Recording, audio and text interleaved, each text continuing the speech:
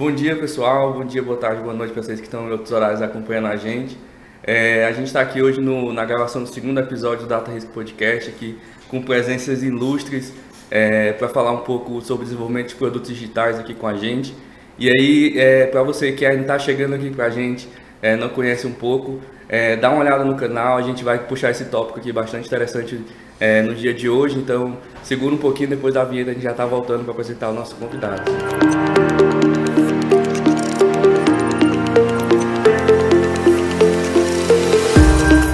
Bom, pessoal, vocês que chegaram aqui até agora, a gente tem convidados bastante ilustres aqui com a gente.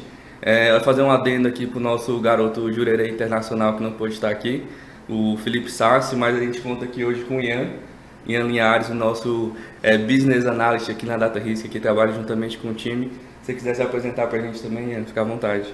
Oi, pessoal, uma honra estar aqui, tentando substituir o Sassi, que vai ser um desafio, né? Porque o rapaz é bem carismático. E o nosso primeiro convidado aqui, o Batini, nosso Head de Produtos na Data Risk. Deixa eu falar um pouquinho aí, Batini, da onde você está, para onde você vai, onde é que a gente está nesse desenvolvimento de produto, para a galera também te conhecer. Show, maravilha, tudo bom, gente? Prazer.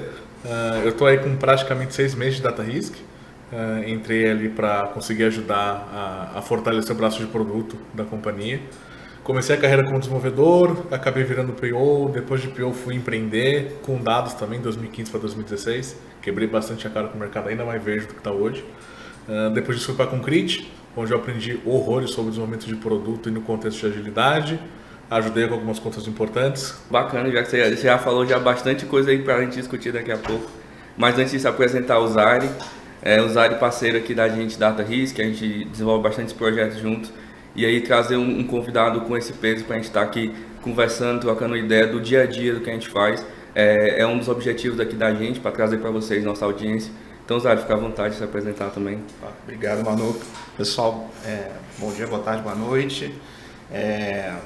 Fiquei super feliz aqui com o convite para falar um pouquinho com vocês lá da nossa experiência. Eu já tenho 10 anos aí de raiz, né?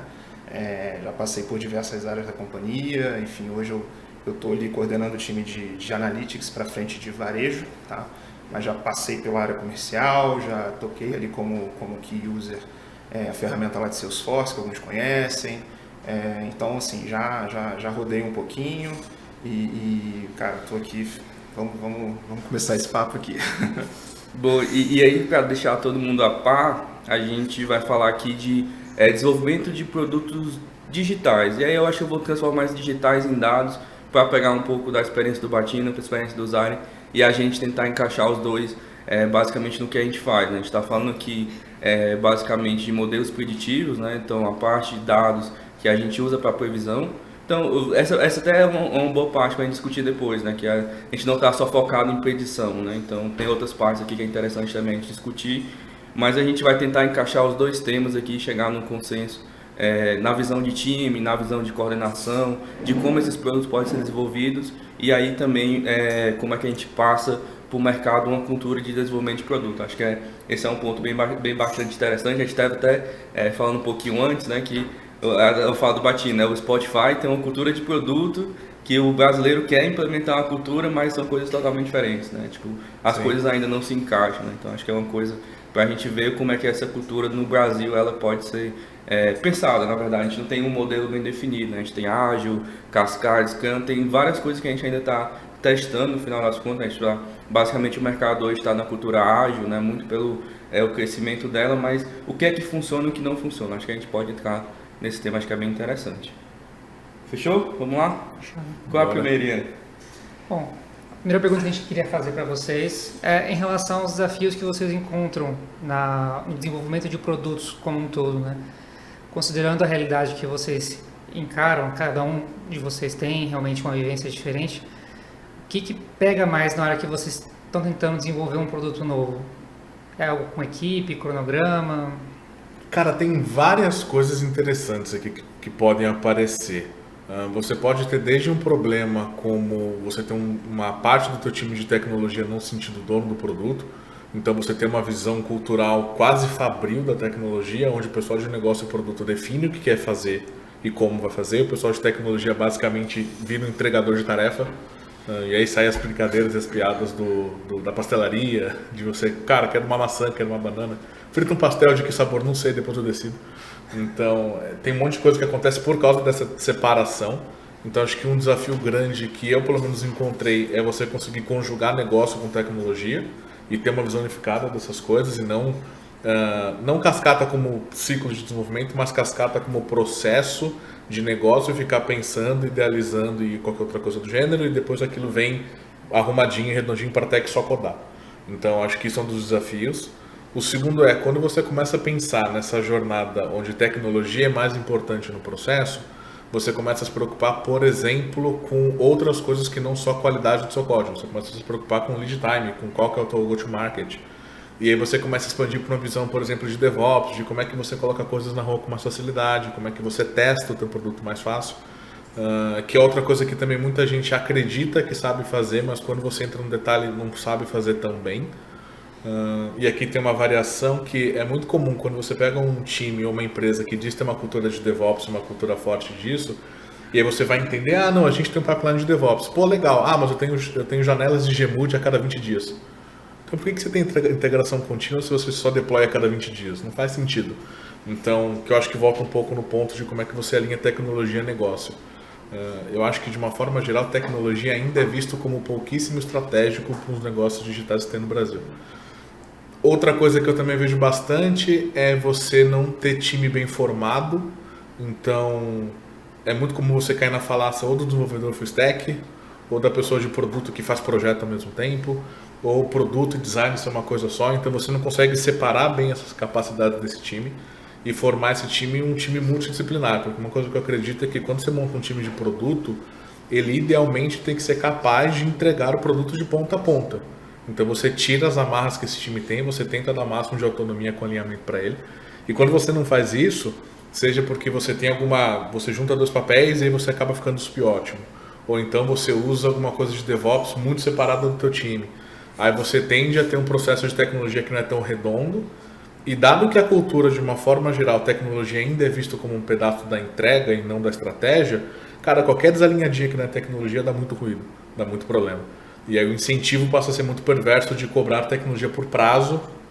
E aí, cara, vira aquela amarração de negócio tentando se defender, tecnologia se defendendo, e você não tem uma proximidade genuína, você tem um afastamento muito grande. Então, se eu pudesse resumir numa coisa principal, é você conjugar negócio com tecnologia. Não só como time, mas como prática, como área de domínio e área de conhecimento. Quando você junta essas duas coisas e dá a visão de todo, você tende a ter uma cultura, um mindset, um incentivo um pouco mais alinhado com entregar valor de negócio de ponta a ponta. Mas, aproveitando esse comentário que você deu, como que você acha que a comunicação de um sponsor e de um líder, então, do projeto deve acontecer? Porque, querendo ou não, o sponsor ele tem uma visão diferente em relação aos entregáveis que ele espera, os indicadores que ele espera em relação ao que está sendo feito. E, ao mesmo tempo, o próprio líder ele pode acabar focando um pouco demais no dia a dia do projeto e esquecer o macro, né, que é o que o sponsor, em teoria, tem que focar. Como que você acha que seria uma boa interação entre esses dois? Cara, o que eu acho que pode fazer sentido é você ter um processo colaborativo, então você não deixar muito segregado de quem quer cada responsabilidade, por mais que você tenha uma separação de trabalho para poder organizar o seu dia a dia, mas se você falar, você define o que, você define o como e vocês não se falam, então acho que primeiro é conseguir fazer uma colaboração forte desses dois papéis, é uma primeira coisa, e a segunda é sempre você tentar trazer incentivos de como é que você traz empatia como área de conhecimento próximo a você. Então, como é que a pessoa de negócio não precisa entender profundamente de tecnologia, porque não é eficiente. Mas ela precisa conseguir, pelo menos, ter algum grau de noção de quão complexo alguma coisa pode ser. E, principalmente, isso é uma coisa que nada da isso eu converso bastante, tem outra frase muito clichê que é 9 mulheres não fazem do bem um mês. Tecnologia não é uma coisa linear. E tem muita coisa de negócio que ela é linear. Que quanto mais esforço você coloca, mais você tem um resultado voltando. A tecnologia não é assim. Então acho que aproximar as duas áreas e conseguir trocar um pouco do contexto entre elas tende a ajudar um pouco a você falar, putz, não, aqui eu sei que não é linear, deixa eu ouvir o cara que ele entende, vamos ver como é que a gente adapta. Eu posso não ter visão de negócio? Tá, deixa eu entender como é que tá o negócio como um todo e eu adapto. Então acho que tende a ter alguma coisa nessa linha. E acho que, complementando a fala, acho que o sponsor ele olha muito mais high level, né, o problema, né? Ele está olhando, cara, tá entrando aqui alguma coisa, tá saindo aqui alguma outra coisa, né? E isso está me gerando resultado, esse resultado financeiro que eu tenho desse produto, desse projeto, seja o que for ali o tópico. Mas eu acho que existe um papel-chave ali do business owner, né?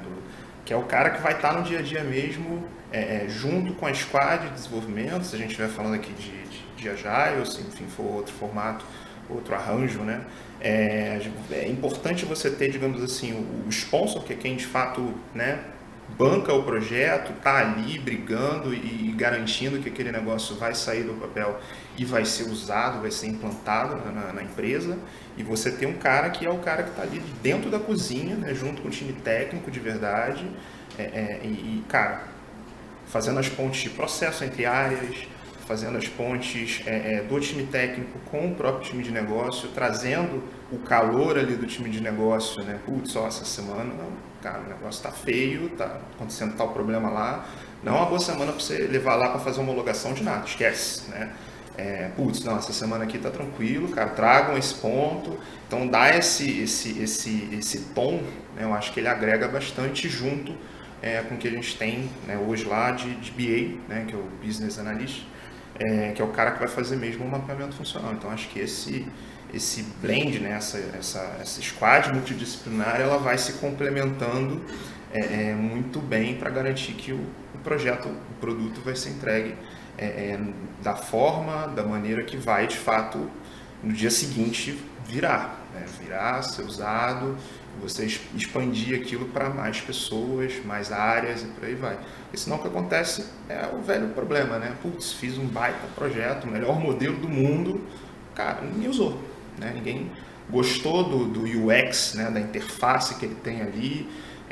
O cara já sabe como ele faz aquilo ali no dia a dia, ele já pega um Excelzinho daqui, dali, cruza dado, e assim que ele sempre trabalhou, sempre funcionou e vai continuar funcionando. Então, como que você faz essa virada? Eu acho que esse é o grande quê aqui, é o grande desafio de pessoas mesmo, e de processos que você precisa mudar na implantação de produtos digitais, né? Acho que esse é o grande ponto. Esse é um bom ponto. Eu acho que o Batini foi num caminho que é realmente do dia a dia de produto, né? Como é que você vai tentar implementar e criar essa cultura. E aí eu acho que, dado o momento no mercado, a gente discutiu no episódio passado, né? O mercado de dados no Brasil, para onde ele está apontando. E aí se a gente for analisar isso, a gente tem o quê? Vou um pouco mais longe, vou em 10 anos, né? Onde a gente começou a fazer transições de tecnologias, e aí transição de tecnologia leva a transições de metodologias, né? Porque vai estar tudo encaixado ali dentro. E aí a gente criou em muitas das empresas grandes a área de inovação. A área de inovação é a área que vai estar encarregada de fazer essa transição de sistema, que vai trazer novas visões para o negócio, dados que não estavam lá vão agora, vai ter um data lake, né? Toda essa transição começou a acontecer. E aí eu acho que antes da gente chegar realmente no dia a dia do produto, a gente tentar explicar para o pessoal aqui que está com a gente o que é essa área de inovação, como é que essa transição de 5, 10 anos começou a acontecer e onde a gente está indo para realmente criar essa cultura, né? Acho que eu diria que o Uber tem essa cultura, Spotify tem uma cultura de produto, porque é o objetivo final, né? Você utiliza o produto em alta escala todo dia, então o produto tem que estar muito bom. Mas uma coisa tipo, uma área de negócio começou a utilizar um modelo, então o que é que garante que ela vai utilizar mais e mais e melhor, né? Então a gente tem essas distinções entre os públicos de atuação. Acho que vale a gente comentar um pouquinho aqui sobre como iniciou essas áreas de inovações e quais são os processos delas, assim, só para a gente dar também uma visão disso. Hein? Eu não sei se você quiser pegar, você também, Zara, fica à vontade. Uma coisa que muita gente tem feito, o Santander tem feito muito bem, é o que o pessoal tem chamado de speedboat. Então você basicamente, você não só separa uma área da empresa, você separa um business da empresa. Então você tira qualquer incentivo, qualquer governança tática de onde é que minha infra fica, como é que a tecnologia roda. Você tem um processo macro de governança, porque no final do dia ainda é uma business unit da nave mãe, como o pessoal costuma falar, mas você tem um grau de flexibilidade muito maior. O Itaú, por exemplo, o IT, que lançou acho que tem 1 ano e meio, 2 anos, ele é um business separado do core business, então ele também tem um conjunto de facilidades. Qual que é a vantagem que você tem com isso? Você tende a construir coisas mais que são menos contaminadas pelo germe da nave-mãe. Então você tende a estar mais aderente a um Uber, a um Nubank, a um Airbnb, que são as empresas que hoje estão muito no spotlight nesse sentido. O problema é que você gera uma dificuldade maior em fazer aquilo voltar para dentro de casa. Então, eu já vi alguns casos onde você faz um baita de um produto separado, cara, uma tecnologia, uma arquitetura que você pode publicar na O'Reilly como, cara, olha que da hora que a gente fez, olha que incrível, como é novo, como é bem feito. E aí chega alguém lá de cima do core business e fala, pô, isso é muito legal, traz para usar. E aí quando a pessoa traz, cara, aí contamina. E aquele ativo começa a depreciar, começa a deteriorar e fica uma sensação de, putz, como é que resolve isso? Poucas empresas encontraram uma forma de resolver essa ida de volta. Então fazer externo funciona, na hora que traz para dentro o pessoal não tem conseguido resolver tão bem. O que o pessoal tem questionado é se não vale a pena deixar separado. Deixa lá separado e ao invés de você tentar levar o pequeno para o grande, fazer uma coisa que parece contra-intuitiva que levar o grande para o pequeno. Sim. Então, putz, sei lá, então você pega um pedaço grande do teu core business, vamos pensar que você é um grande banco. Ah, eu acabei de fazer um core novo de cartão de crédito aqui para substituir meu core principal. Legal. Ao invés de eu levar ele para dentro de casa, por que eu não tento levar o core bancário para fora? Por que eu não tento levar extrato para fora? Por que eu não tento levar financiamento de veículo imobiliário para fora? E aí você ir meio que construindo uma empresa de novo na paralela enquanto você não perde o teu business principal. Mas dá muito trabalho, demora muito tempo, tem uma questão política muito importante, porque a pessoa que toca o core business, que é uma pessoa muito relevante na estrutura societária, não é quem está tocando o side business. E isso normalmente é uma coisa boa, tá? Porque normalmente essa pessoa traz uma estrutura de incentivos que dificulta você conseguir inovar de uma forma mais leve. Entendi. E aí, Zari, jogando ela para ti, mas eu acho o ponto que o Batini falou, né? Essa ideia de você ir pro side business e desenvolver, eu acho que ele casa muito também de você utilizar uma consultoria também em conjunto, né? E aí, se tu quiser adicionar esse ponto também, eu acho que dá uma dinamizada, porque a gente tem realmente a consultoria como impulsionador em muitos dos problemas, né? Então, mesmo que a gente esteja na estrutura principal, tem uma consultoria trazendo uma forma diferente de pensar e tentando impulsionar também. Então, acho que dá para casar esse ponto aí também. Perfeito. Acho que, cara, trazendo aqui o ponto, a McKinsey fez uma pesquisa em 2020, onde ela exatamente fala, né, que dos casos, né, dos entrevistados que ela teve nessa pesquisa, muitos deles perceberam a necessidade de fazer uma centralização, né, dessa área de inteligência artificial, digamos assim, como um centro mesmo de inovação, fora do business, né, mas fazendo exatamente esse adendo, né, ela não pode ficar tão afastada do business, né, talvez indo até de encontro o que você comentou, mas porque você às vezes perde, né, o meandro ali de como a cadeia está montada, de como que de fato a hora que você precisar voltar, né, pro business, cara, você não vai perder o produto que você gerou, o projeto que você gerou, enfim, a inovação, ela não vai encaixar no processo atual do business, né? Então, acho que hoje a gente vive um pouco esse momento, né? A gente se afastou do business, mas a gente tem nas squads exatamente sempre a presença de alguém de negócio para falar, cara, vocês estão indo no caminho certo, vocês estão indo no caminho errado, porque a gente sim desenvolve a solução, mas a gente entrega de volta em algum momento essa solução e continua ali fazendo a sustentação, porque, né, o modelo você não pode abandonar, você não cria o modelo e tchau, né, nunca mais olha para isso, você tem que ficar ali retreinando, voltando, revisitando, vem coisa nova, putz, pegamos aqui um dado novo que a gente não tinha na época que a gente trouxe de modelo, vamos trazer ele para dentro porque faz sentido. Então, você vai fazendo esse acompanhamento, tá? Mas acho que o modelo que a gente adotou foi muito esse, né? Exatamente com o intuito, assim, de primeiro, criar um núcleo duro, né, de conhecimento mesmo, né? Então, você vai ter um modelo preditivo, cara. Esse modelo pode ser preditivo para N coisas, ele pode prever N coisas, né? Você vai fazer um modelo de otimização para N coisas. Então, você vai fazer uma segmentação para N problemas. Você vai segmentar o cliente, você vai segmentar as linhas de negócio, você pode segmentar de N formas, né? Ainda mais, né, o tamanho da raiz, quando a gente fala, não é uma empresa pequena, né? Então, é um pouco isso, né? Como que você cria, de fato, um ambiente, né, que você vai conseguir ter ali um núcleo duro de inovação, de fato, né, de frentes de inteligência artificial, sem perder um pouco o tato, né, de você estar tão afastado E, cara, acabar desenvolvendo produtos que não vão virar, né? Que não vão ser implantados, que não vão chegar lá no fim final, que é trazer retorno extra para a companhia, novos produtos, enfim. Então é um pouco essa a minha vivência ali, né? A gente de fato centra uma área de inovação e na questão de fato você dividir os problemas, eu acho que é um ponto importantíssimo, porque você pode ter N modelos resolvendo pequenos problemas e conforme você vai implantando, você vai caminhando para algum dia, sei lá, chegar num nível de inovação de fato, de chegar numa rede neural, num negócio mais complexo, onde você vai ter pequenas entregas compondo um efeito final total gigante, né?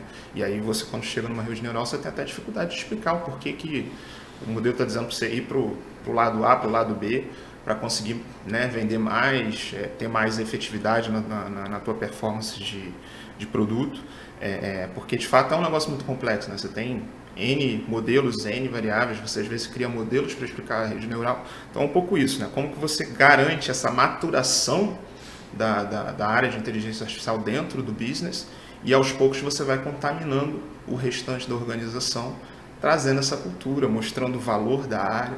Então, um pouco a curva que a gente hoje passa lá um pouco.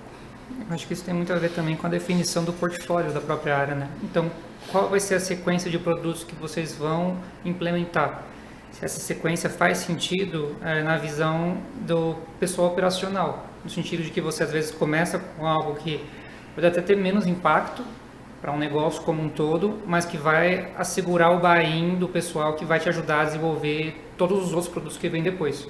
Então, às vezes, fazer um projeto em que as pessoas vejam as vantagens do que você está criando, vejam como é trabalhar com você, realmente entrem a bordo, pode assegurar o sucesso de vários outros projetos mais importantes que vão vir depois.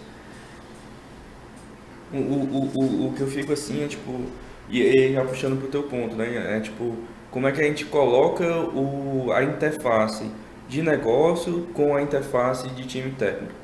A gente, porque, assim, querendo ou não, a gente pode pensar numa squad que você tem todo mundo participando, mas ainda assim o negócio é o dono do projeto, né? Ele é o que demanda ali o produto, né? Então, como é que a gente faz essa interface realmente medir tanto a importância do projeto que a gente está ali tocando, quanto o valor final dele? Então, olhando mais para essa estrutura, né? Para onde é que a gente tem essa questão da priorização, que eu acho que quanto maior o impacto do projeto que a gente está tocando, mais fácil dele ser comprado ali pela diretoria, né? E aí como é que essa interface ela faz realmente fazer sentido? A gente pode desenvolver um produto que ele vai cair em desuso depois se não tiver aderência, né? E aí como é que a gente tenta fazer isso ser a transição mais leve possível nas culturas? Acho que é um bom ponto para a gente tocar também. Acho que você com o BA, se quiser dar uma palhinha rapidinho também, acho que vale. Sim, eu acho que nesse ponto, eu até estava comentando antes da gente começar aqui, a gestão de risco do projeto é muito importante, porque a depender do quão sensível o projeto é em relação à cooperação das outras áreas,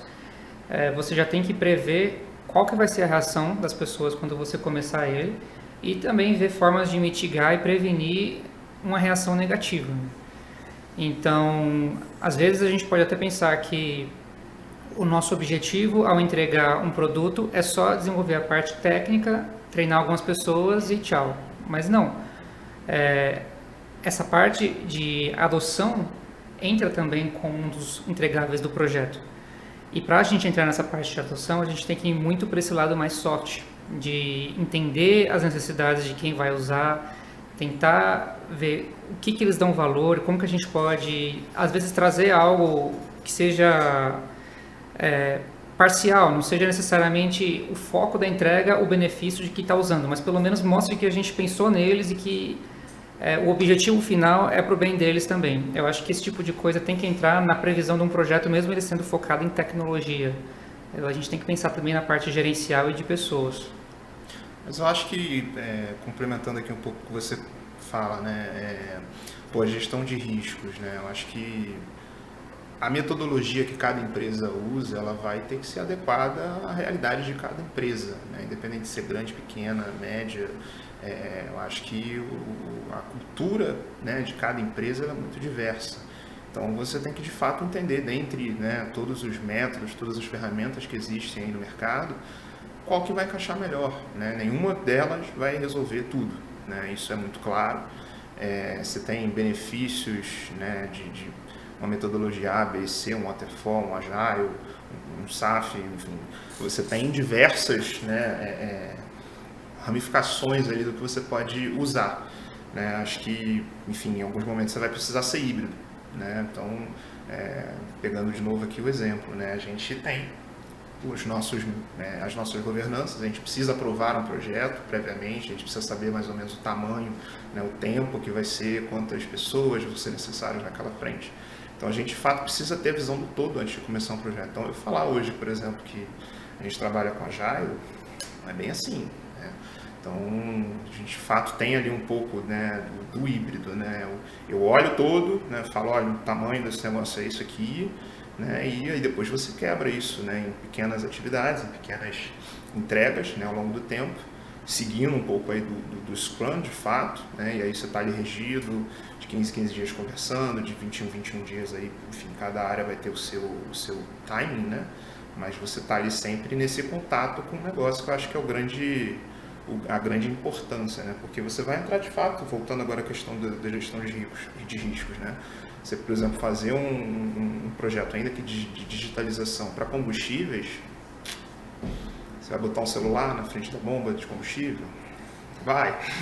Você vai fumar um cigarrinho? Não vai. Então, assim, você tem algumas questões que tem que entrar na composição e que, cara, desculpa, o time técnico não vai ter capacidade de ter esse sentimento, né? O cara tá ali olhando tecnologia, né? Então, esse grande que você abarca ali de primeiro, né? Ter o time de negócio embarcado no projeto, fazendo parte dessa squad, complementando e trazendo a visão de negócio ali do dia a dia, e também de você ter uma metodologia talvez um pouco mais híbrida aí, que no nosso caso funciona bem, mas que em tantas outras também devem funcionar, de você ter a gestão de risco, de você ter a visão do todo para você poder aprovar uma verba, um orçamento para aquele negócio.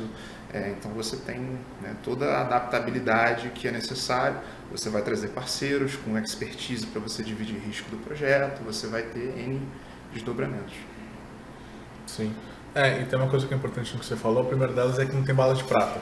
Sim. Então não tem nada que você vai replicar, você vai usar, vai resolver seus problemas. Isso não existe. Quem está buscando isso vai ficar mais triste do que o Smith buscando a felicidade. Não é trivial e não acho que efetivamente que existe. Acho que você tem uma espinha dorsal e um referencial teórico que te ajuda a lidar com N problemas, mas muito de você conseguir entender na essência daquilo. E aí tem uma coisa que eu levo muito para a vida que tem a ver com o churrari das artes marciais. Então você tem meio que 3 estágios de um conhecimento. Você tem o estágio do Shu, que é quando você está aprendendo a lidar com aquilo e você basicamente replica e copia o comportamento e o passo a passo e as táticas e estratégias de alguém que sabe fazer. O Hack é quando você começa a entender aquilo melhor e você começa a ter algum grau de... Você sobe um pouco o seu nível de abordagem, você consegue entender algumas coisas, você começa a ajustar. A pessoa fala que é bend the rules. E aí tem o Uri do Churrari, que basicamente é quando você entendeu aquilo tão forte, então no conceito, que a técnica para você não é mais tão relevante. Você encontra a tua forma de rodar aquilo. Então tem muito a ver com isso. Então, com você entender o conceito daquilo, então no começo você vai seguir uma metodologia meio que by the book. Se você entender o que está acontecendo, você vai bater num teto muito rápido. Você vai perceber que, mas cara, se eu for fazer isso aqui, eu não vou colocar nem escopo nem prazo. E aí? Como é que eu vou chegar para uma área que está lá definindo o orçamento do ano que vem e falar que não tem escopo, não tem prazo? Ferrou. E aí você roda, encontra uma alternativa que é só para você, que pode ser um baita case para você colocar onde você quiser, mas é tua, aquilo funciona só para você. E aí tem um segundo ponto também, que para tentar não falar demais sobre esse tema, 2 coisas. Uma delas é, sempre que você está falando de fazer um produto ou ter uma iniciativa que ela é relevante, tem um tema que o pessoal ignora, que é a gestão de mudança. Você é uma pessoa, você é uma iniciativa conduzindo gestão de mudança. Então, quando você está falando, por exemplo, de fazer um produto que vai mudar a forma com que a pessoa no posto interage com alguma coisa, você está fazendo gestão de mudança. É uma área relativamente antiga, é uma área conhecida, tem referencial teórico forte, as pessoas não vão estudar muito ela como fazer produto. Você vai fazer um produto, cara, vou disruptar o mercado, vou ser o novo Steve Jobs, tá? Você entendeu que você está querendo propor uma grande mudança? Você já falou sobre mudança? sobre como é que o ser humano reage à mudança, qual que é o perfil psicológico do ser humano, e dele ser avesso a essa mudança, a não ser que você mostre muito claro para ele o que tem de bom. Então isso é uma coisa. E a outra que é como é que você tenta aproximar essa questão de produto / negócio e tecnologia. Eu tenho duas coisas aqui. Uma delas eu acredito fortemente que a gente ainda usa uma estrutura de gestão e organização do século XVIII e XIX, que é aquela estrutura ensilada e funcional. Então você tem um cara de dados, você tem um cara de produto, você tem um cara de negócio, e aquilo é totalmente segregado. Propõe-se hoje em dia você fazer uma coisa completamente oposta a isso, que é você organizar por entrega de valor 100%. Acho que é muito extremo, não sei se é tão trivial você fazer essa jornada, se fosse a gente já teria feito. Então acho que tem alguma coisa ali no meio do caminho. Então como é que você consegue não ter só o incentivo da área de dados, da área de negócios, da área de revenda, da área de postos, enfim, as áreas que você tiver, e como é que você traz um incentivo de a jornada de valor daquele pedaço do fluxo, daquele produto, daquele aplicativo. Porque aí você traz o mesmo incentivo. As pessoas vão ser cobradas pelas mesmas coisas, as pessoas vão ser medidas pelas mesmas coisas. Você vai ter um OKR unificado para essas pessoas, você não vai ter um OKR da área de dados, um OKR de engenharia de software, um OKR de comercial. Você vai ter um OKR daquela iniciativa. Então você tende a gerar mais alinhamento e mais consenso. E quando você falou sobre a pessoa de tecnologia ter dificuldade em entender, é uma triste realidade que eu brinco com todo dia. Porque eu tendo a usar, e eu estou tentando meio que cunhar, já falaram isso outras vezes antes de mim, mas eu estou tentando meio que padronizar isso, que é o termo engenheiro de produto. Então você não é engenheiro de software, você não está fazendo software. Quando você pega a entrega de software, ela tem 3 horizontes. O primeiro deles eu não estou entregando o software no scope na data que eu estou querendo, e aí aquele modelo tradicional de ficar fazendo entrega baseado em change request. O segundo que entendi que software é uma coisa menos previsível e não linear, e eu vou tentar rodar ciclos adaptáveis, e aí eu começo a ter uma entrega de software que é mais aderente ao que todo mundo está esperando, mas ninguém está usando. E aqui é onde surge o cara de DevOps, aqui é onde surge essa questão toda. E a terceira que é entregar o que o pessoal está usando, que é quando você começa a colocar negócio, produto, BA. E eu sempre tendo a ter a intenção e o interesse de trazer o engenheiro de software para o engenheiro de produto, onde ele consegue não provavelmente resolver essas coisas, mas pelo menos ele consegue entender e falar sobre esse tema. Eu acho que tem um ponto bacana aqui, que é quando a gente vai para o cenário de... Eu vou colocar assim, né? Vamos pensar na ideia de startup. A gente vai falar de startup em um dos episódios mais para frente, mas quando a gente tem uma ideia de um produto que a gente vai levar para o mercado, você tem sempre, acho que na cabeça do empreendedor ele acha, essa é a melhor ideia, ninguém pensou nisso ainda, eu sou um cara muito bom, então a minha ideia vai ter a aderência máxima do mercado, sei lá. Eu acho que tem muito esse viés, né? E aí a galera vai entrar no dia a dia para entender como é que o produto atende o mercado, e aí você vê que não é tão trivial, né? Tipo, atender o mercado com um produto que você acha que vai funcionar, talvez não seja o melhor caminho. E aí eu acho que quando a gente vai para a área de negócio também é a mesma coisa. Eu acho que o negócio tem uma expectativa, que ele acha que vai funcionar muito bem, o produto vai dizer para ele qual o melhor cliente que ele tem que agora conceder crédito, né? E aí você tentar chegar no ponto ali de consenso entre as áreas, eu acho que é a dificuldade. Tipo, aí a gente tem vários exemplos, né? Quando a gente estava desenvolvendo a plataforma de previsão de demanda, eu acho que era muito isso, né? O cliente queria sempre adicionar mais um feature, mais um dashboard, mais uma visão. E aí quando a gente vai para o negócio também é a mesma coisa. O negócio eu queria uma visão do público tal, você pode me dar. Então a dificuldade, né? Tipo, você tem que encaixar isso numa cultura realmente de valor. E aí tem a questão dos OKRs, acho que é bem bacana, a gente também discutiu também muito sobre o OKR, para a gente ter um OKR centralizado, né? Tipo, como é que a gente faz a empresa andar na mesma direção e as áreas acompanharem. Sim. Pra gente não ter esse ponto. E não é trivial você descolar a conversa de feature para valor. Exato. É muito difícil você descolar uma coisa da outra. Não, e outro ponto, né? Tem coisas que você aprende ao longo do projeto, né? Tipo, você preditivo para tal comportamento. Pô, legal. Mas você foi lá, fez o projeto, agora você está preditivo. E agora? O que você faz? Né? Tipo, tô sabendo que vai acontecer determinado movimento com X tempo de antecedência, mas quais são as ações? Quem que vai correr atrás? É vendas? É contratos? É jurídico? Quem que vai correr atrás disso? Né? E aí, uma vez que você tem esse output, você tem que executar. Eu acho que esse é o grande salto aqui do projeto. Né? Existe uma pesquisa, não lembro agora se foi a Gartner que soltou isso, que 70% do esforço né, tá exatamente nesse change management, né, essa gestão da mudança. 20% está lá no tratamento dos dados e construção da infra mesmo que vai alimentar tudo isso, e 10% no modelo. Você pode ter o melhor modelo do mundo, você pode ter o melhor dado do mundo, mas, cara, se aquilo ali virar papel higiênico, não serviu de nada, né? Ninguém usou, ninguém implantou aquilo no dia a dia, ninguém tomou as ações que eram necessárias para, de fato, evitar que aquele problema acontecesse ou para que, de fato, trouxesse aquela grana que estava na mesa e ninguém estava vendo, né? Você puxasse aquela grana para a mesa, para a companhia, enfim. Então, se nenhuma ação é tomada, o modelo trouxe 0 de resultado, né? Acho que esse é o... E é o tipo de conversa difícil que as empresas evitam ter, porque não é uma conversa agradável, mas é uma conversa de nível de dificuldade parecido com você questionar a tua área de negócio mas você tem clara a relação de causa e consequência da tua área de negócio, você sabe, porque é muito difícil você pensar numa entrega de produto que vai derivar em menos de 3 ou 6 meses. Então você está partindo da premissa que você está conseguindo minimamente prever causa e consequência das suas ações e de todo o mercado por próximos 6 meses. O que tem gente que tem modelo que não consegue fazer, imagina a pessoa na cabeça dela. Então é uma conversa dura também você questionar de o quão relevante é eu ter um processo prescritivo de causa e consequência de negócio versus eu ter um processo cíclico, curto e adaptável de teste de hipótese. Então, ao invés de demorar 6 meses para botar um negócio na rua sem saber se eu vou ter ação em cima do modelo, cara, põe um teste, 1 mês, vê se aquilo faz sentido, vê se alguém reage, vê se seu time se mexe, vê se surgem ações. E aí você reduziu de 6 para 1 o teu desafio de entender como é que você vai abordar aquele problema. O modelo feito em 1 mês é muito pior do que em 6 meses? Provavelmente, porque você colocou 1/6 do tempo. Mas pelo menos você testou o resto. Então é mais importante que você consiga fazer o todo andar em conjunto do que você resolver um pedaço da equação ou um pedaço do teu blueprint. Você limpa o trilho, né? Você pega aqueles erros bobinhos, você pega aqueles primeiros pontos, assim, que, tipo, né? Depois que você descobre, cara, nossa, como é que a gente não viu isso, né? Mas é um ponto de partida importante. E outro ponto, né? Quando você conecta o usuário, né, as áreas correlatas, né, todo mundo que tem algum tipo de interação, qual momento?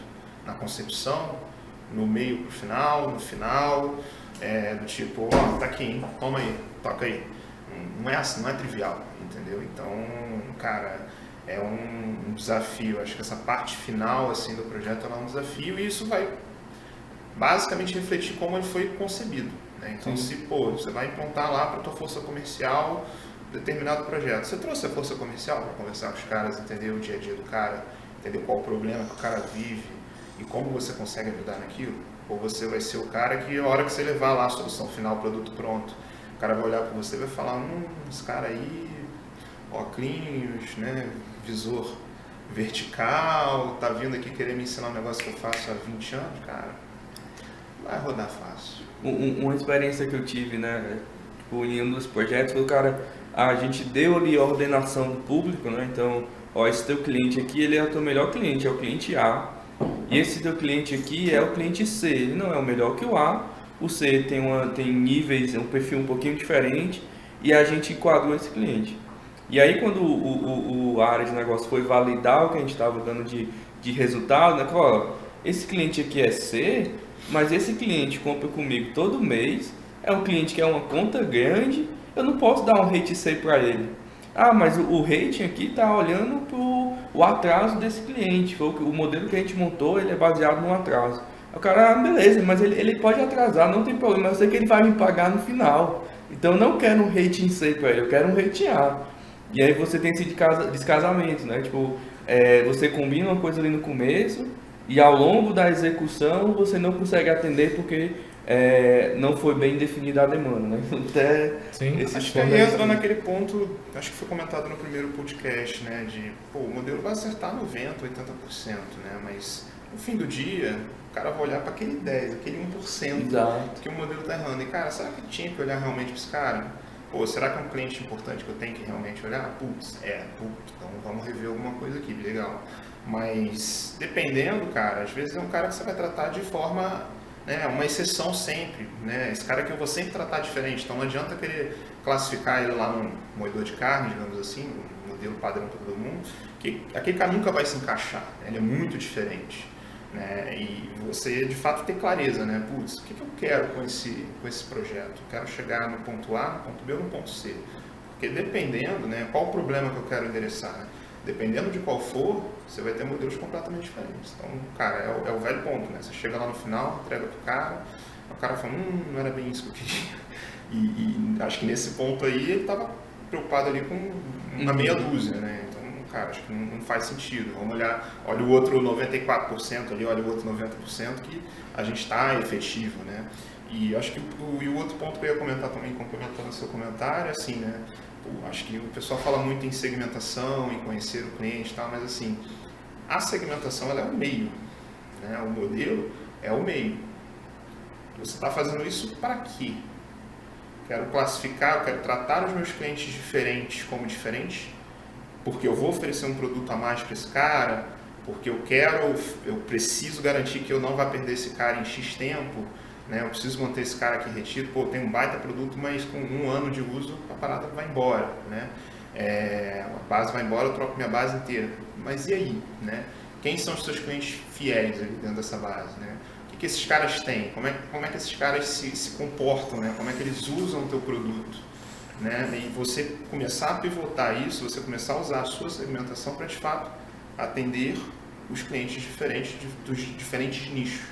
E com isso você extrai mais valor deles também, né? Você vai dar mais benefícios, você vai dar mais serviço, mas você também vai extrair mais valor. Mas a segmentação não é eu quero fazer uma segmentação aqui só para eu conhecer meu cliente. Beleza, então faz um estudo. Estuda a tua base, gera o estudo, finaliza o estudo, você vai lá, ou entende, dali você vai talvez desdobrar alguma ação, talvez não. Mas você não precisa ter um modelo 100% do ano rodando, você vai fazer uma inferência, né? Você vai fazer uma foto, né? E aí você vai olhar a foto naquele momento e falar, legal, aprendi alguma coisa. Ou não, você vai falar, cara, eu preciso de fato ter um modelo 100% do ano funcionando, porque, cara, todos os clientes do meu segmento A vai acontecer tal, meu segmento B vai acontecer, né, B, meu segmento C vai acontecer outra coisa, e aí você vai executando as ações que você precisa executar a partir do output do modelo. De novo, cai no problema da gestão da mudança e de como foi concebido, né? Acho que é um choque cultural, né? Principalmente quando você vem de empresas mais tradicionais, é um choque cultural, né? Você começa a desafiar aquilo que o cara sempre fez e sempre rodou, né? Sempre funcionou. Acho que Uber, Spotify, elas têm o benefício de ter nascido há pouco tempo, né? Quando você vai, por exemplo, para uma empresa petrolífera, cara, mais de 100 anos aí, cara. Então, não é trivial, entendeu? Como é que você vai pegar 100 anos de história, jogar no lixo e falar, não, agora o novo formato é esse? Bicho, você vai sacudir umas árvores ali meio fortes, entendeu? Sim. É um pouco isso. Teve 2 coisas. Eu aprendi muito quando estava empreendendo com dados, de 2015 para 2016. Mas teve uma coisa que eu aprendi que tinham 2 perfis que eu não dava muita trela e muito valor quando eu estava pensando em montar projeto. Era uma consultoria de dados. A ideia era conseguir entrar nas empresas, fazer projetos de consultoria para derivar receita e depois tentar drivar aquilo vai virar prateleira. Nada muito revolucionário como modelo de negócio, mas em dados em 2015, loucura. Teve uma coisa que eu aprendi que tinham 2 perfis que eram super importantes. O primeiro deles era um cara de especialista em visualização de dados, no sentido de você conseguir ter a capacidade de entender como é que um ser humano médio ou analítico tende a olhar dados, dashboard, essas coisas, para você conseguir compor isso de uma forma que não é padrão, não que um Kibana seja ruim, não que um Power BI não te dê ferramental, mas que você tenha uma base conceitual para oferecer disposição de informações de uma forma não tradicional, porque aquilo era muito poderoso para gerar insight, muito poderoso. E a segunda era de ter uma pessoa que era uma coisa meio que domain expert e content expert. Então era um cara que entendia muito do negócio daquela vertical, mas ele também tinha muito forte o contexto que você estava atuando. Por causa do problema que você trouxe, por exemplo. É o tipo de coisa que talvez um cara que entenda muito de domínio e de modelagem não pegue com facilidade. Mas o cara que está vivendo aquele contexto, ele vai sacar essas coisas. Isso acelera muito uma curva. Então você consegue também fatiar um pouco do mato com conhecimento de domínio. Então você consegue priorizar o que você quer testar. Se você conseguir priorizar alguma coisa, é melhor que você falar, faz uma análise exploratória completa dos meus dados. Não, cara, começa por esses que eu acho que são os mais importantes. Não deixe de questionar o resto, mas você tem uma prioridade para começar, pelo menos. Não, bacana. E eu queria fazer um exercício, a gente que a gente já tem bastante experiência fazendo esse tipo de coisa, de desenvolvendo, passando o dia a dia nisso, né? E aí se a gente fosse começar, voltar no tempo e fazer o primeiro produto, né? Tipo, o primeiro produto, seja ele do ponto de vista tecnológico, ele desenvolver uma ferramenta que seja de uso, como também de um objeto ali que é utilizado no dia a dia por uma área. O que é que a gente voltaria lá para fazer diferente? Como é que seria esse primeiro momento, sabe? Tipo, desde o time, eu vejo o time como muito importante, porque tem que ter o domínio de negócio, tem que ter o cara técnico, tem que ter todas as pessoas ali necessárias na squad para a gente desenvolver esse negócio, né? E aí, mesmo assim, também olhando já para os desafios, os primeiros desafios. O que é que a gente precisa fazer? Né? Tem muita ideia de o mato é alto, a gente precisa fatiar ele para a gente chegar no primeiro objetivo. Mas se olhasse, se a gente fosse ser mais assertivo hoje, para onde a gente começaria? Bem difícil, essa aqui é realmente um exercício para a gente ver se a gente chega num ponto que eu acho que para quem está escutando aqui a gente, vai passar por essa primeira vez, né? Principalmente em empresas grandes ou empresas, tipo, o problema da empresa pequena, né? Que como você tem pouco recurso, você precisa inovar mais, né? E aí você tem outros pontos e muda a dinâmica do time. Então, um time da empresa pequena, ele é um cara só para fazer duas coisas diferentes, é o cara de negócio e o cara técnico. Então, essas dificuldades aí que vocês podem, a gente pode conversar junto, mas esse é um bom exercício para a gente tentar quebrar a cabeça. Faz super Quem começa? Cara, eu acho que eu posso começar de uma forma mais abstrata e a gente vai descendo. Mas eu acho que se eu fosse começar hoje, eu me preocuparia mais em premissar algumas coisas e ter claro um norte e menos em prescrever o caminho. Eu me importaria menos em como eu quero chegar lá e eu me importaria mais com quais são os pilares, quais são as premissas e quais são os valores que eu quero respeitar enquanto eu estou seguindo e deixar o caminho mais dinâmico e flexível possível, porque as minhas experiências, quanto mais eu tentei prescrever ou desenhar o caminho, mais eu me estrepei, mais eu quebrei a cara. Então, eu provavelmente partiria dessa premissa. Define, faz um combinado que não é cravado em pedra no caminho. Você tem que ter um norte muito claro, você tem que ter premissas, valores e os pilares que você vai respeitar naquele processo. E aí você basicamente faz cadência e melhoria contínua em cima daquilo, vai revendo o que não faz sentido e vai mantendo o que faz sentido. Parece muito simples, é muito difícil executar isso. Assim, eu honestamente acho que, cara, tem 13 anos que eu trabalho, eu acho que em 13 anos se eu executei isso 2 vezes foi muito. Em empresa grande ou pequena, como produto, como tecnologia, como diretor, como comercial. É muito difícil você fazer isso realmente acontecer. Então, se eu pudesse pensar no cenário ideal, eu seria menos prescritivo, mais focado em premissas e pilares e menos preocupado no caminho. É o papel em branco, né? Você, de fato, desenhar a estratégia, né, do que você quer de longo prazo e você trazer todo mundo que está envolvido, né? Às vezes, cara, você vai ter um usuário, né, do que você vai desenvolver, que beleza, ele tem que estar na sala obrigatoriamente, mas às vezes você vai ter um desdobramento desse usuário, né, que é importante o cara estar presente, né? Então, por exemplo, uma análise de crédito, quem é impactado direto disso, o usuário disso, é o analista de crédito, né? Mas aonde isso vai bater? Vai bater lá no comercial, porque a hora que, né, aprovar ou recusar um parecer de crédito para o cliente, quem vai gritar é o comercial, não tenha dúvida.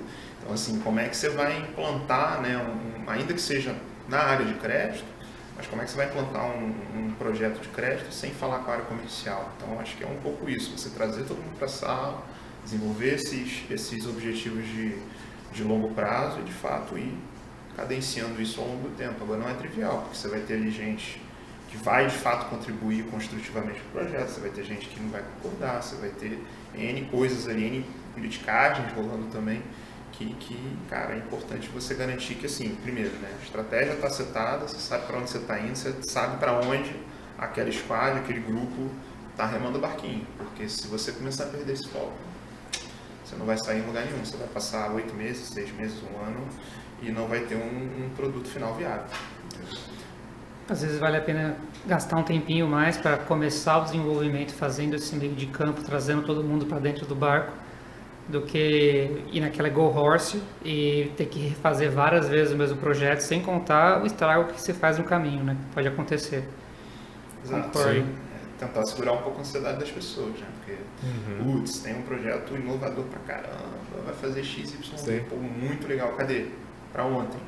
E, cara, não é assim, né? Não é trivial, né? Então, você tem que fazer ali talvez um design thinking com todo mundo, começar devagarinho, e, cara, não adianta ser aquele falso papel branco, né? Você meio que viesa ali o início dele para tentar sair onde você acredita que vai chegar. Às vezes acontece isso em alguns momentos, mas você de fato tem um papel em branco de verdade. Você chega e fala, galera, ó, não sabemos nada, vamos lá, e aí, o que nós queremos? Tem algumas coisas que podem te ajudar no caminho, né? Você pode ter uma ferramenta de prateleira que te acelera, você pode talvez ter alguma experiência passada de algum outro projeto que já existiu, que vai também te ajudar, você vai ter ali algum output, mas eu acho que passa também por, cara, transparência e o ponto da humildade, né? Acho que a partir do momento que você vai tendo ali os consecutivos pontos de contato, né? Pô, beleza, você começa lá com papel em branco, mas dali sai alguma coisa mais concreta e aí você vai evoluindo. E aí você toda a entrega que tem lá, todo marco, né, com um time de negócio e tal, você vai fazendo ali os seus pontos, né? Estava programado a entregar isso, entregamos isso daqui desdobrou várias outras análises, né? Desdobrou uma política nova de como fazer o dia a dia rodar. Então você vai marcando esses gols e na base da transparência. Porque eu acho que assim, ainda que determinada entrega dê errado, né?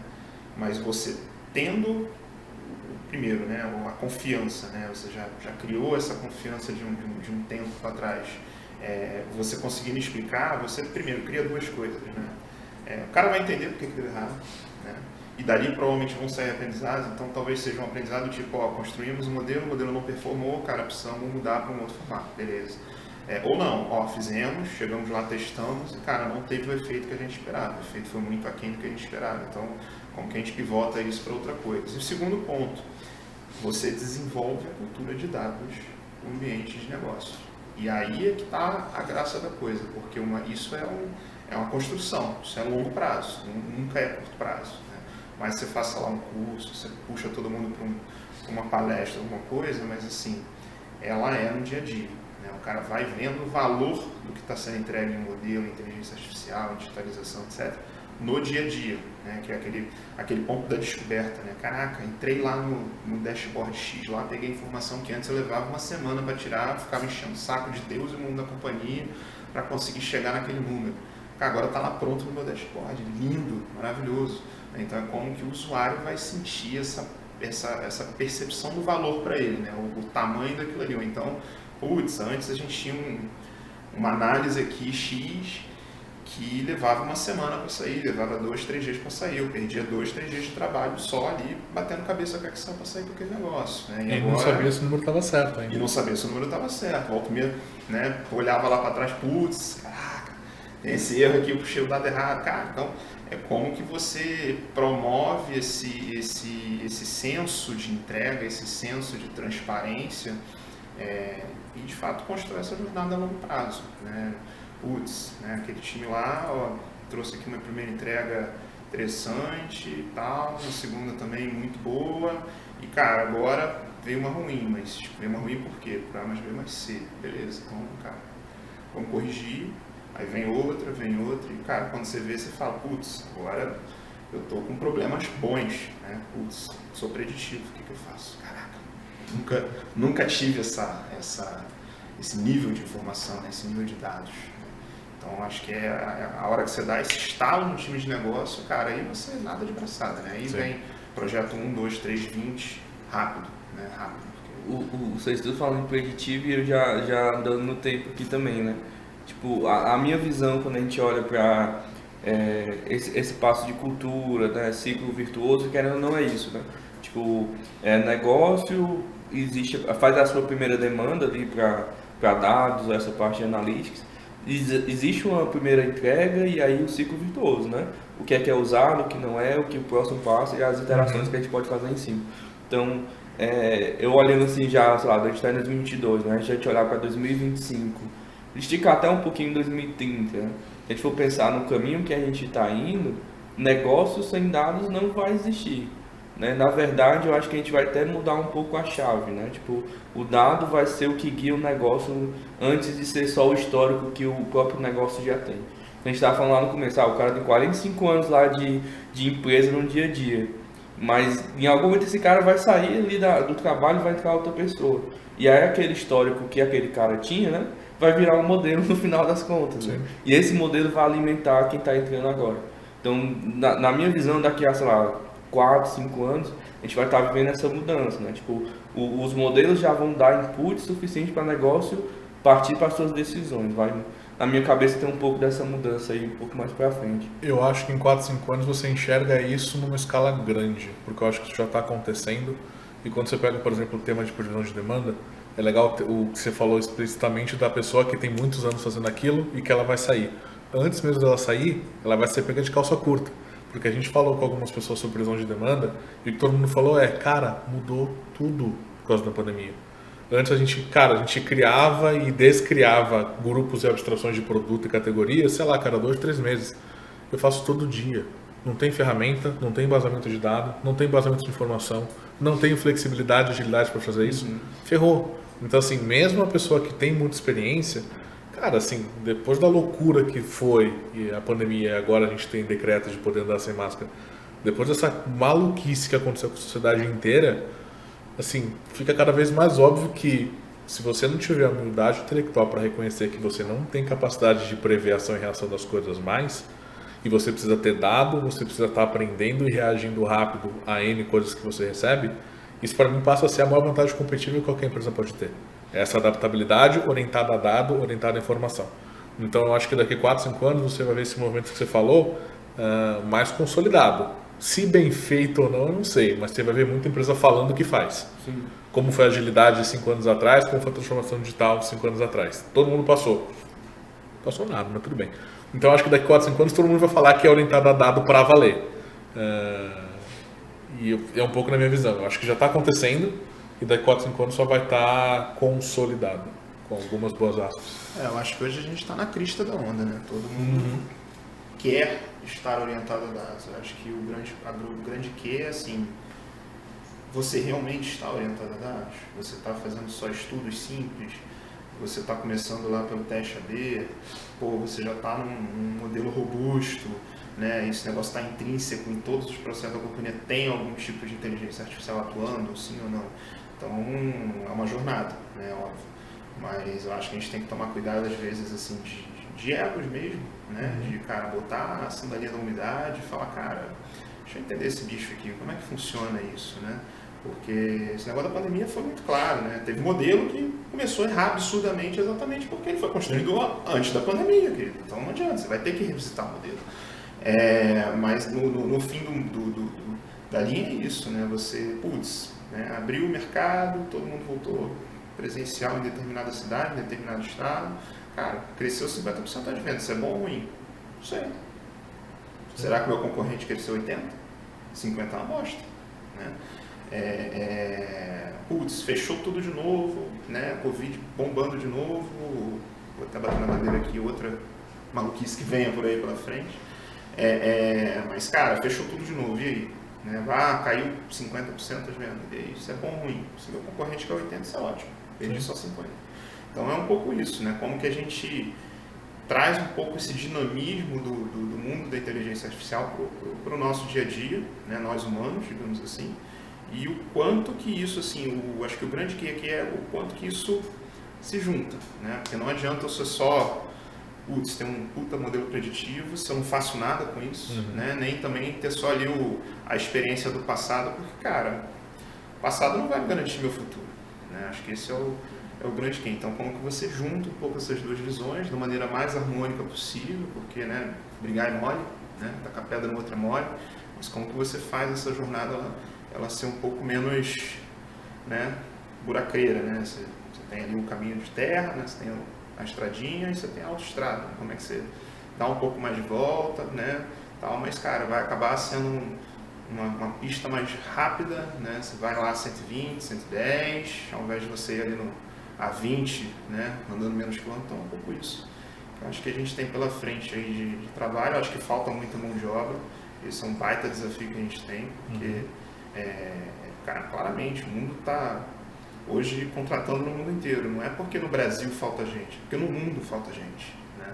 Então esse é um dos desafios de como que você vai conseguir pegar mão de obra qualificada e experiente, que não existe, né? E fazer isso se tornar viável economicamente. Quando não adianta, pô, beleza, abre lá o cofre, paga lá 50 pau por mês com o cara, você vai conseguir. Você vai conseguir um cara bom, um cara experiente que vai fazer acontecer, mas 50 pau torna viável o que você tem para fazer?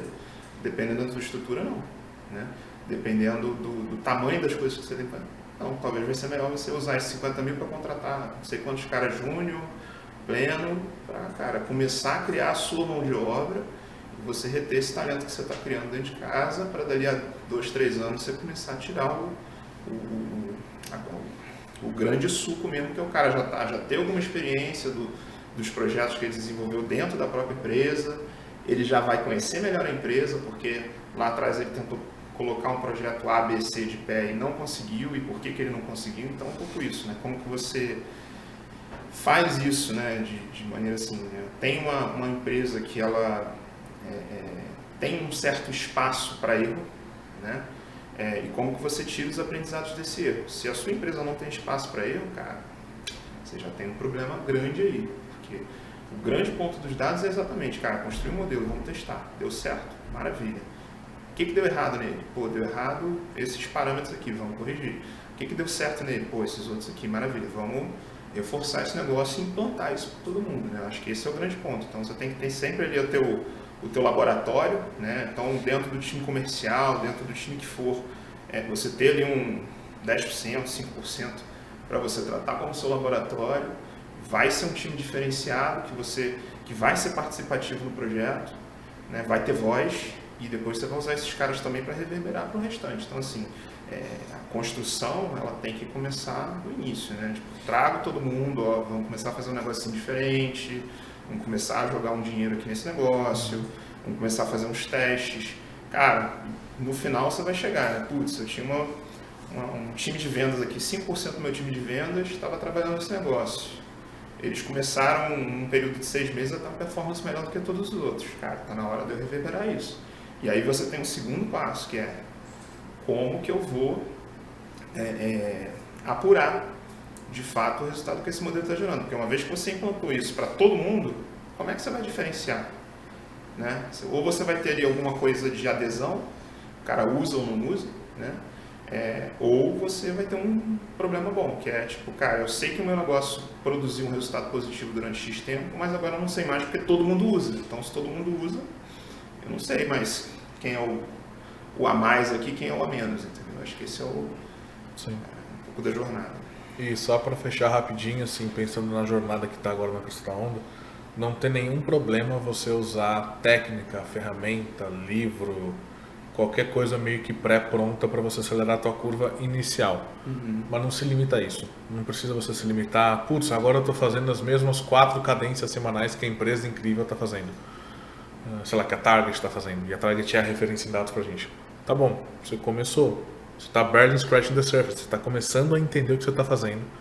Não se limita a isso. Não se oriente pelo hype. Não vá atrás do que é buzz, do que todo mundo está falando que é legal. Se dê a oportunidade de conhecer você como profissional, você como área, você como empresa, para poder achar aquilo que faz sentido para você. De novo, pensando no churrari. Não tem problema nenhum você começar replicando e reproduzindo e imitando outras coisas porque já deram certo. Mas aquilo não é o teu endgame, aquilo não é onde acaba, aquilo é só o começo da tua trajetória. Vá atrás do resto e encontrar o que faz sentido para você e para o teu contexto. Um ponto bacana que a gente pensando nas dificuldades, acho que tem isso, né? A maturidade foi um tema que a gente discutiu também time e um que fica é tipo esse ponto, né? Tipo, a empresa está começando, ela não vai começar com seus dados, com seus próprios modelos, nem faz sentido para o negócio. É muito mais fácil você começar com a solução pronta, de prateleira. A gente tem birôs grandes no Brasil, a gente sabe como é que funciona, certo? E assim, não tem nada de errado nisso, pelo contrário, você está aprendendo, né? Sim. E aí tem que ter esse espaço aí para a gente errar. Eu acho que a dificuldade de você explicar para negócio que a gente porque eles achavam que vocês têm os dados, então vocês sabem o que é certo e errado, eu não admito erros, porque vocês têm os dados, mas essa relação ela não é linear, você tem dados, mas existe uma margem de erro ali em relação ao que você está testando de hipótese, né? Sim. Acho que tem que sempre deixar isso claro. E aí quando você ganha uma maturidade para entender o que o produto funciona, que você consegue avançar, aí você vai para os seus. Vou desenvolver meu modelo, vou me tornar mais aderente para uma business unit aqui do meu negócio. E aí eu vou encaixando as coisas e vou dando a escala. Eu acho que é muito isso, né? Tipo, a transformação digital que a gente está falando aqui é justamente como é que a gente encaixa essas coisas. Sim. Né? E a gente chegar num consenso. E dependendo do tamanho da tua empresa, não tem problema você ter graus de maturidade diferentes em pedaços diferentes. Porque isso, inclusive, é um sinal positivo de que você começou do jeito certo. Você começou fatiando o problema. Se você vai basicamente, sei lá, pensa que você é o CEO de uma empresa muito grande, vou trazer um diretor de dados que vai revolucionar minha empresa em 6 meses. Começou já completamente errado, isso não vai acontecer.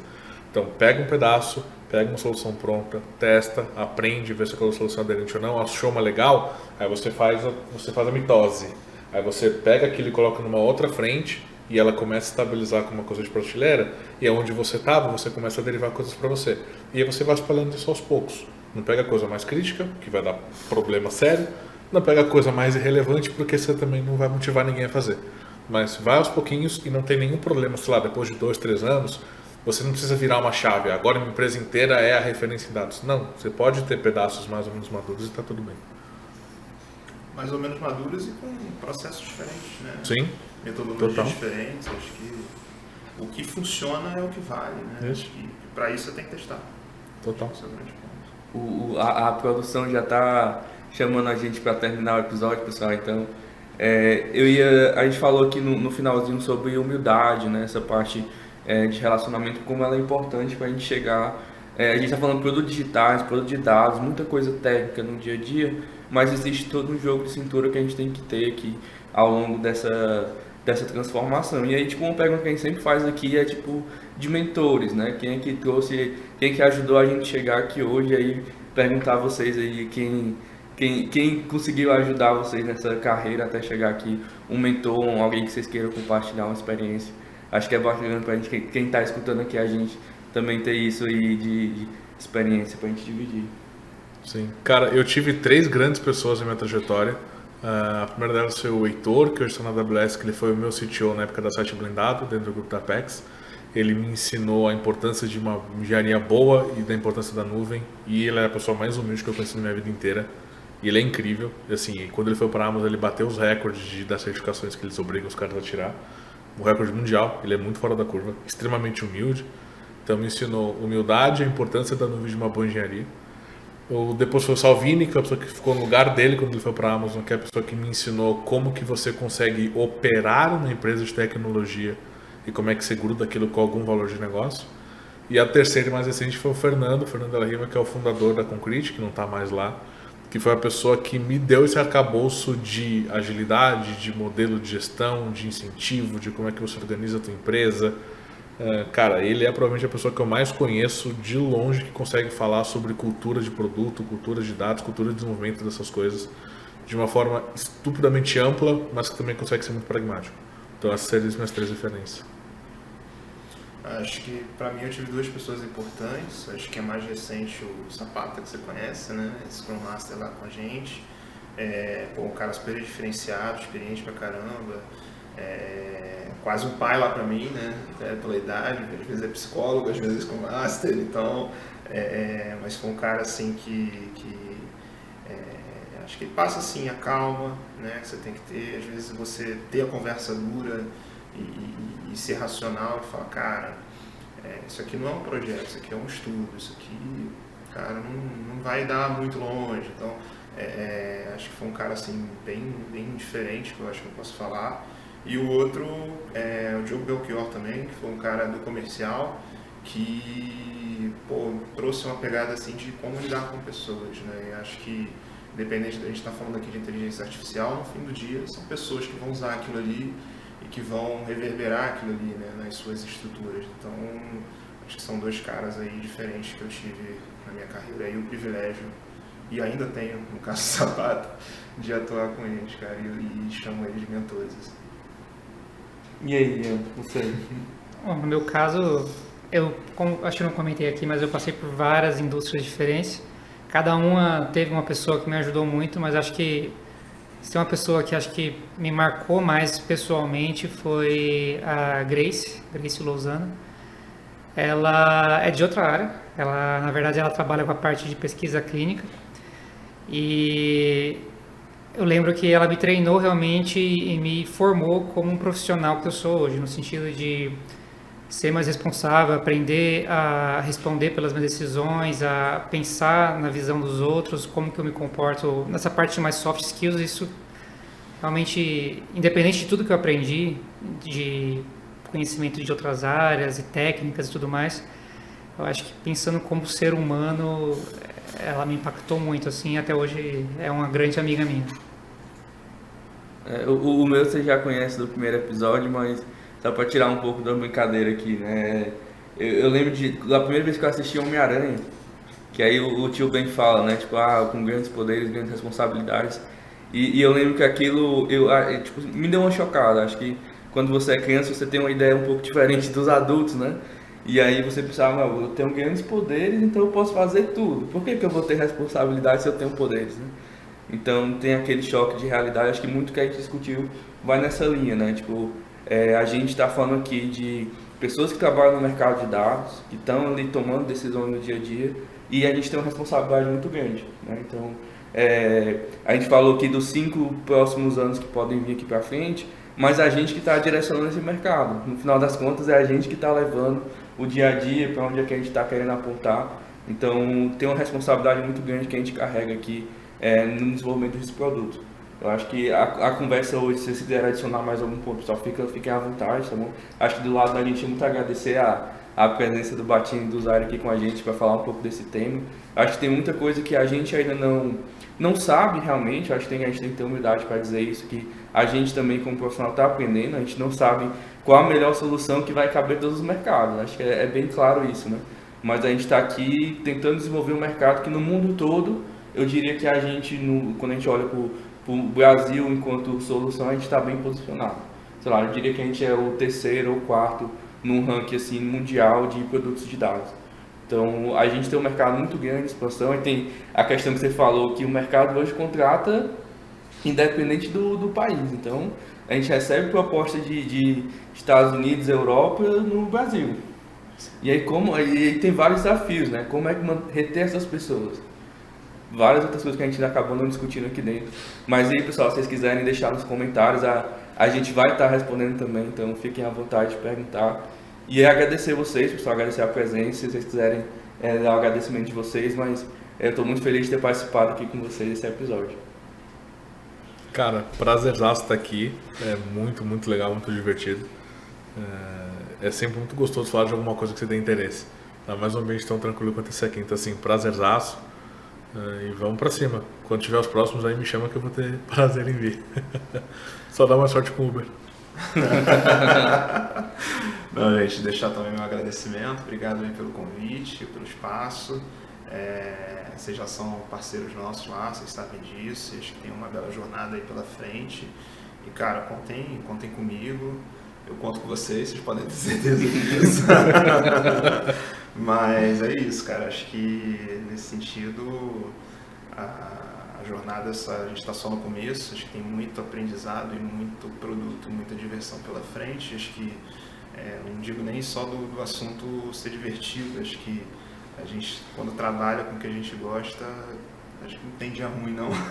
Verdade. Acho que tem dia difícil, ruim, né? Até quando tá dando ruim, você tá lá de sorriso na cara. Então acho que é um assunto assim muito novo, muito em voga, mas que a gente tem que, cara, esquecer um pouquinho ali o holofote, botar a sandalinha da humildade, ver que assim, tem muito feijão com arroz pra gente falar. Às vezes tem muita coisa simples, né? Não precisa ser só ciência danada. Caraca, um modelo inovador, nossa, não. Às vezes um teste AB você já descobre um monte de coisa ali. E com aquele estudo, aquela foto, você já toma ações para as próximas ações que você fizer, seja promoção, seja o que for. Então, acho que tem muito aprendizado, assim, acho que é um mundo novo, de fato. E, cara, a gente está só no início dessa jornada aí, tem muita coisa pela frente para a gente aprender e, como humanos, crescer, né? Acho que esse é o grande ponto.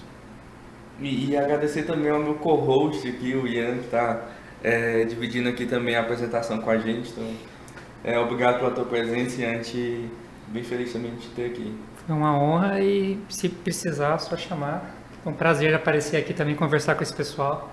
Aprendi muito. E aí, só vocês terem uma ideia, né, pessoal? Acho que é a primeira vez que muitos de nós se conhecem pessoalmente nesse ambiente pandêmico, então a gente está muito feliz também de se encontrar presencialmente depois aí de uma longa jornada online. Então, agradecer vocês que estiveram aqui com a gente, participando. Você que chegou agora no primeiro episódio, conhecendo aqui a gente tem outros gravados. A ideia é que a gente vá trazer mais, eu acho que um dos próximos que a gente vai discutir também é a ideia de Venture Capital, né? E olhando isso ao ambiente de startups no Brasil, como é que as startups promovem essa inovação que a gente está falando aqui de produto, de dados. Então, coisas bacanas que estão vindo aí pela frente. Então, se você ficou interessado, você já sabe que cada um desses nossos convidados vão estar disponíveis aí o LinkedIn, acho que a gente vai colocar aqui para vocês conseguirem acompanhar. E é isso, pessoal, muito feliz de estar aqui com vocês, a gente se vê no próximo episódio e é isso. Até mais, pessoal. Falou.